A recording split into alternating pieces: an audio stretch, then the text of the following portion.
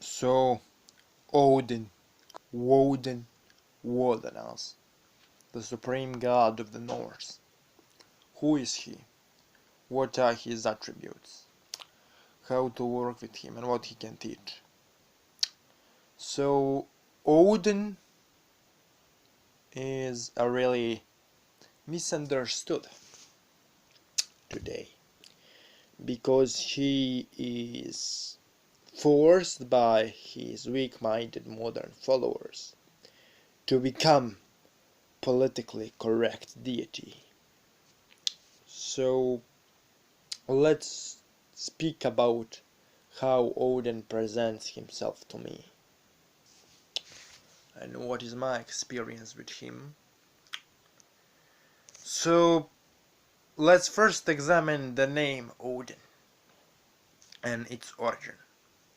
So the name Odin originates from the Proto-Germanic name Wodenas or Wodenar, which means inspired one, and it refers to the shamans falling into the trance and being inspired and enlightened by the gods. So what Wodenar is he is the savage god of wisdom, and his wisdom is obtained through wandering and warriorhood.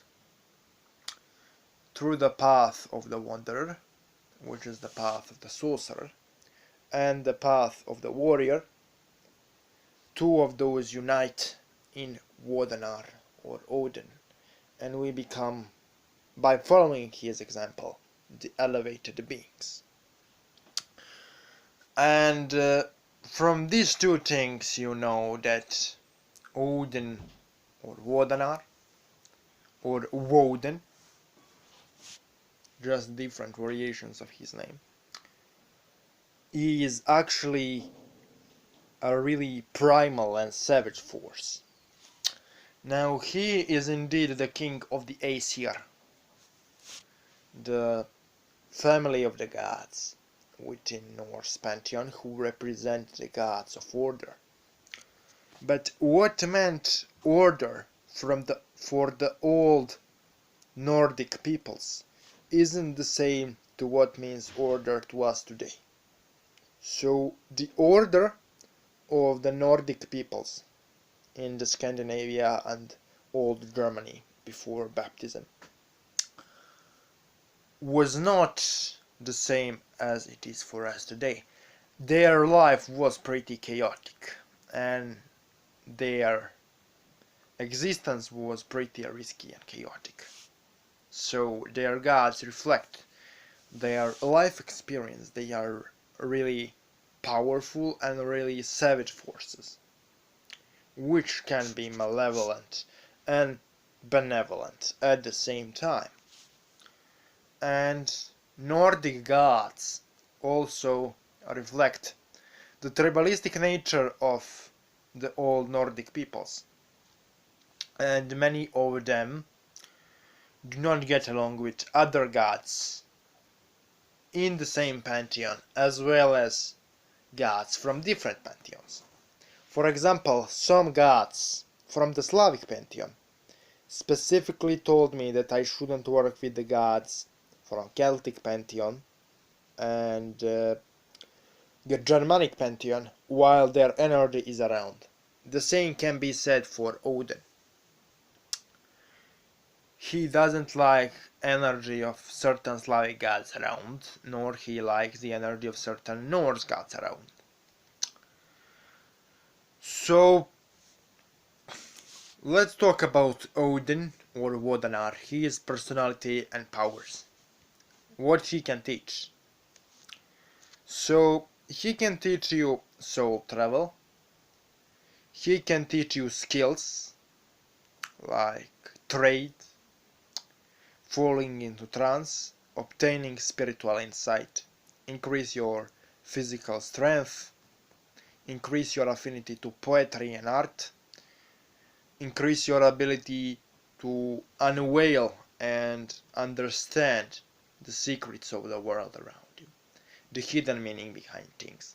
He can also teach you how to become successful and how to govern the world around you, but not in the same way that Iblis can teach you or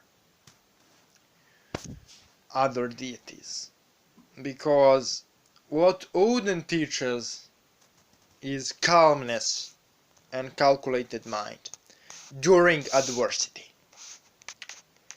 Odin is a wanderer, and what it means is that while you work with Odin, you cannot expect long-term stability, because he is not the god of stability. He constantly wanders and constantly fights and constantly experiences new things. But it always leaves him on the same path of self-improvement. The same is true for you while you work with Odin. You will constantly wander. You will constantly have adversities, but you will constantly be better than you were before. So she is, in a way, extremely unique deity, because she is god of chaotic order or orderly chaos, depending on how you look at it.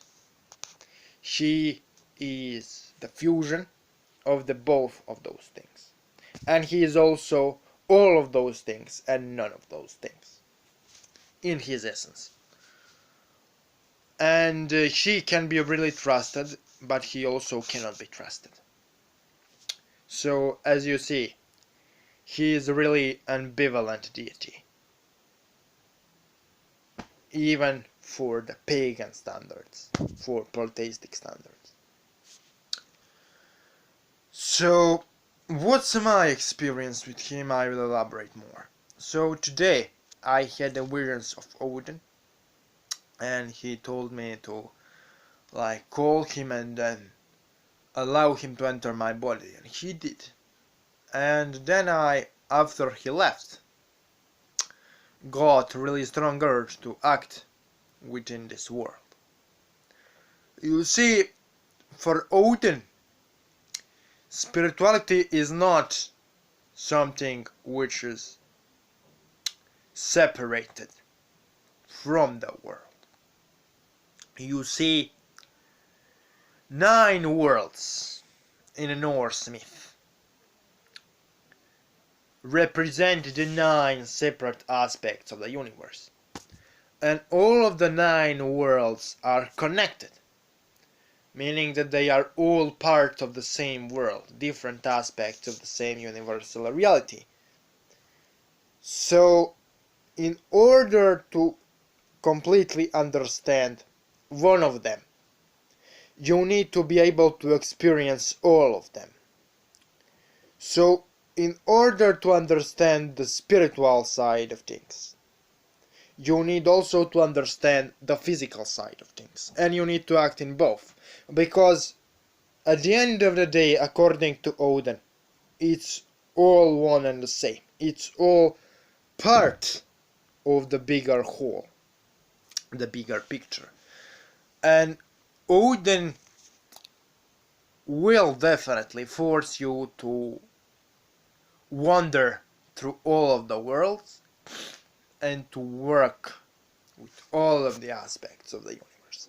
And also, the runes are the keys to the certain aspects of the universe. And the secrets of the runes aren't the secrets of divination. Those are secrets of the aspect of the universe they represent. And what Odin's sacrifice represents is the sacrifice of stagnation for the sake of understanding. And what is interesting for Odin is that he is somehow able to walk all of the worlds at the same time. And that represents our ability as sorcerers to access multiple realities at the same time, to be in multiple worlds at the same time.